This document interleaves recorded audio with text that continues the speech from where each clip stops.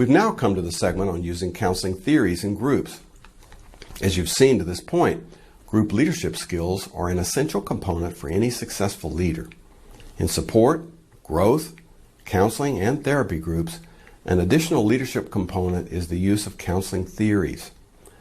A leader needs to have a unified approach that establishes the rationale for when and how to use techniques, or groups can become a mess, a scattered hodgepodge of techniques. Counseling theories provide you with this unified approach and helps you to identify not only what needs to be addressed, but how to do it. There are dozens of sources that discuss counseling theories, so we'll not be covering the basic tenets here. Rather, our purpose will be to show you how to incorporate and use theories within our active approach to group leadership, where individual members are often the focus of attention. The first theory that we'll be demonstrating is rational emotive behavior therapy, founded by Albert Ellis. It's 30 minutes into the first session of a group on guilt. The leader uses REBT to teach and talk about guilt. So you all have done some really good work in group, and we've been talking about this issue of guilt, and the work that you're doing around guilt. And I wanted to sort of go over something here this evening that I thought might be helpful. And so in getting started with this, I want you to think about, where does your guilt come from? For example, if I was going to give you a test, and that one test question was, where does my guilt come from? Well, how would you answer that test question? My past. Your past? Okay, I'm going to list these up here. So your past, okay? Like things I've either done or haven't done. Okay. Yeah. What about others of you? Jen's saying her past. What about others? My religion and my mom. Oh, okay. So mom. Some others of you have talked about guilt related to mom, too. And my religion. And religion, okay. Mine's kind of not being a good mom.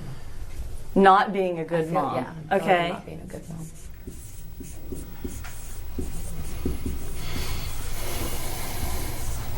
Anybody else? Yeah, Eric?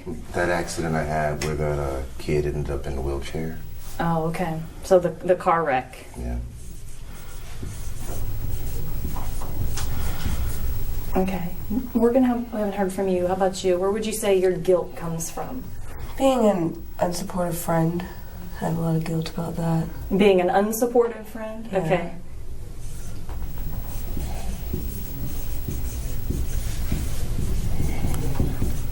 Okay. Right, so you all have all of these things that go on in your life, events or situations with your mom or being a mom, or Jane, how about for you?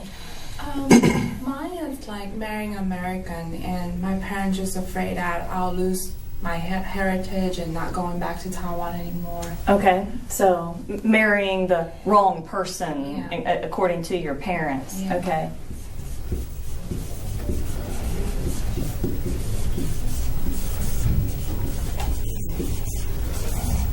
Yeah, so events, you see how these are events or situations or things that go on in our life, marrying the wrong person, the car wreck.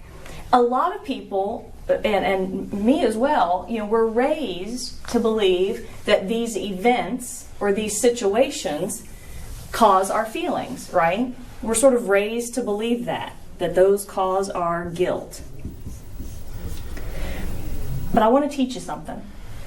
And I learned this in my early 20s, and I'll tell you, it changed my life.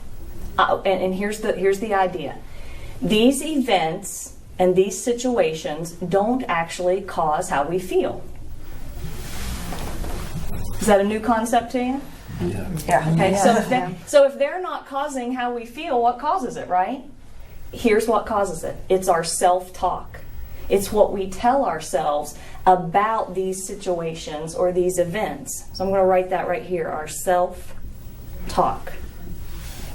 Now I know that's a new thing for most of you, right? Yeah, it's not the event, and this is the best news that you'll ever learn, because if you learn how your self-talk controls how you feel, then you can control how you feel. And a lot of you have struggled in here with large amounts of guilt.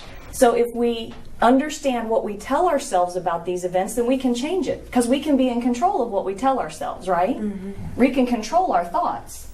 So let's take, for example, maybe Eric, let's go with yours. What do you tell yourself on a daily basis about that wreck?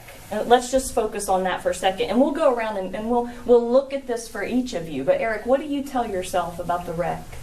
I should have known better. Okay.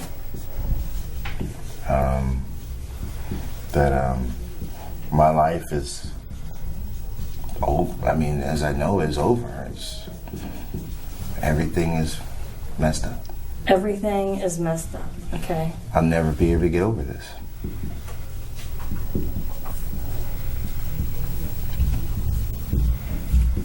I will never, say that again, I will never Be able to get over this. I mean, get over this. how can I? Yeah. Okay. You see how that's what Eric tells himself. You do that every day, right? You get out of bed and you start running that sort of message in your head. Okay. If we can change what Eric is telling himself, then we can change the guilt that he's feeling. And let me say this to you. I'm not saying that we can get Eric to feel good about the car wreck, right? But do you think it's possible that Eric is telling himself some stuff that's not quite accurate that might be leading to his increased feeling of guilt? Like, let's look at this one. I'm going to pick on this one first. I'll never get over this. I will never get over this. If Eric, if you keep telling yourself that, I think you're going to stay stuck feeling guilty, right? But let me ask, and I want you to watch when I ask this. How many of you in the group think that Eric could get over this and move beyond it? How many of you think that? Look at that, Eric. They think it's possible. Go ahead. What are you thinking? I mean, I shouldn't get over this. I mean, I changed somebody's life. I don't think I should get over it. How many of you think that Eric could give him that we should work to give Eric permission to get over this? Yeah. I mean, everybody makes mistakes. You made a terrible mistake, right? It was a car, what do we call them? Accident. An accident.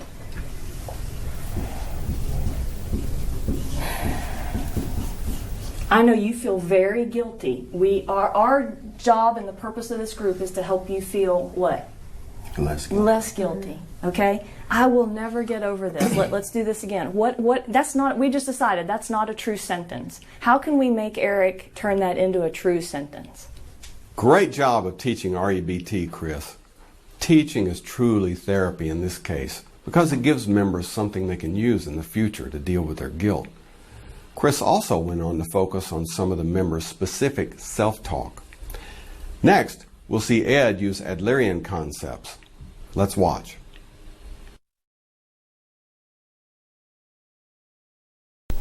Let me talk about something that's different. I mean, a little different.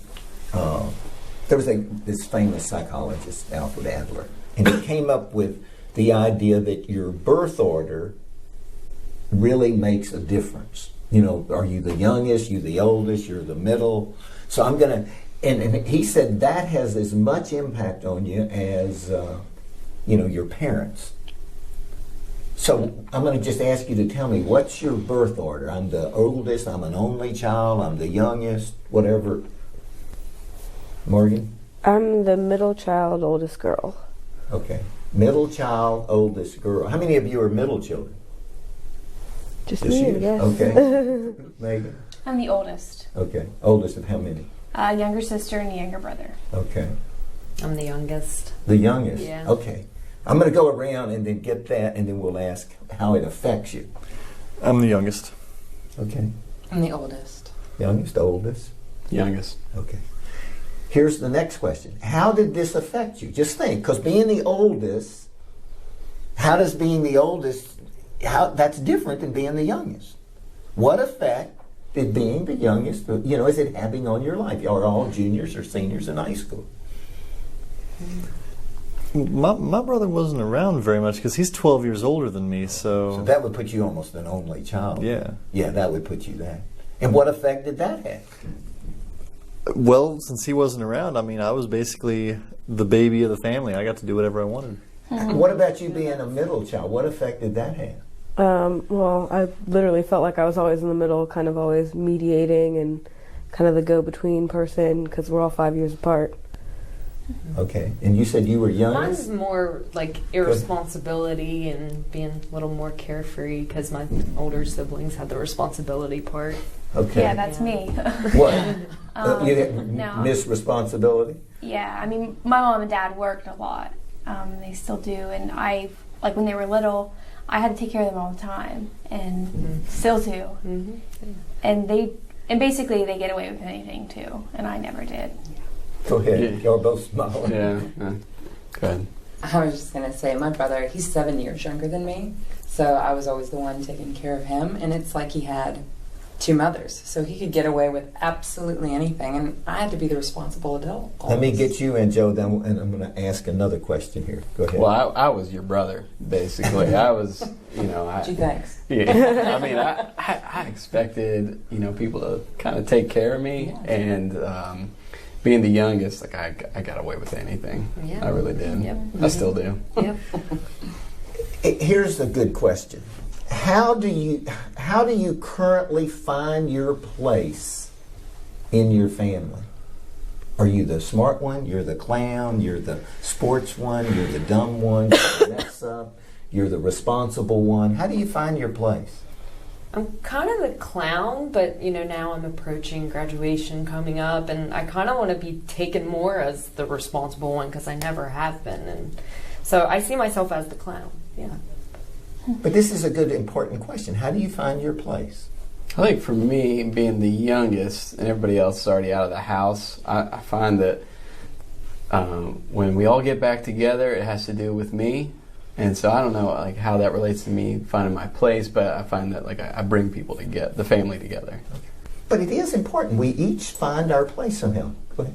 Well, I mean, I think we talked. I'm the responsible one.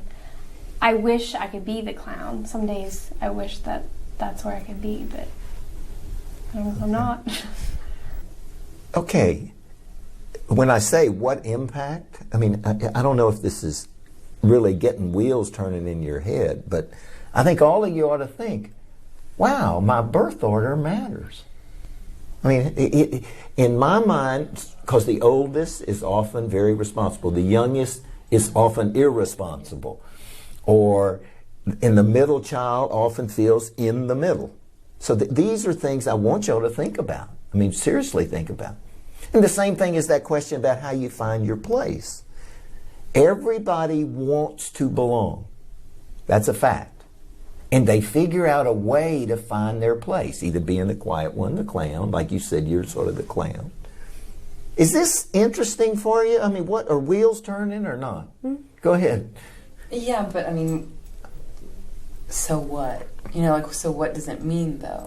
Like, what do I do with it? Okay, the first thing you do with it is you think it's awareness of who am I, and so that you sort of, that's really what I'm trying to do in here, is get you to be more aware of who you are and why you are the way you are. That's what we're trying to do. As you can see, theory provides not only structure for the group, but gives group members concepts that can transfer for life outside the group. And this is the real purpose of groups, to help members in their everyday life outside the group.